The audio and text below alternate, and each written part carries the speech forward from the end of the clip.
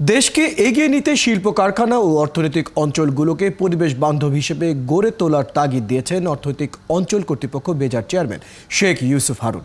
বলেন, এজন্য সরকার এবং বেসরকারি উদ্যোক্তাদের এগিয়ে আসতে হবে। ওয়াটার সলিউশন আয়োজিত দুদিনের সেমিনারে বেজার চেয়ারম্যান আরও বলেন, পানিকে সর্বোত্তম পরিশুদ্ধ করে প্রকৃতির সাথে মিশিয়ে দিতে হবে। এরই মধ্যে বেজার অর্থনৈতিক অঞ্চলগুলোতে সিইটিপির মাধ্যমে পানি পরিশোধনের উদ্যোগ নেওয়া হয়েছে বলে জানিয়ে তিনি বলেন, এ খাতে ব্যক্তির উদ্যোক্তাদেরও এগিয়ে আসতে হবে।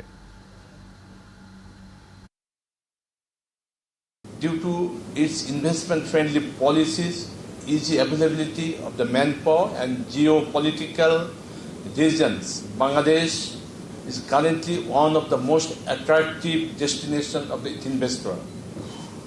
Allow me to stand light on the situation in Bangladesh where the Bangladesh Economic Zones Authority, BEJA, is spearheading the establishment of 100 economic zones across the country.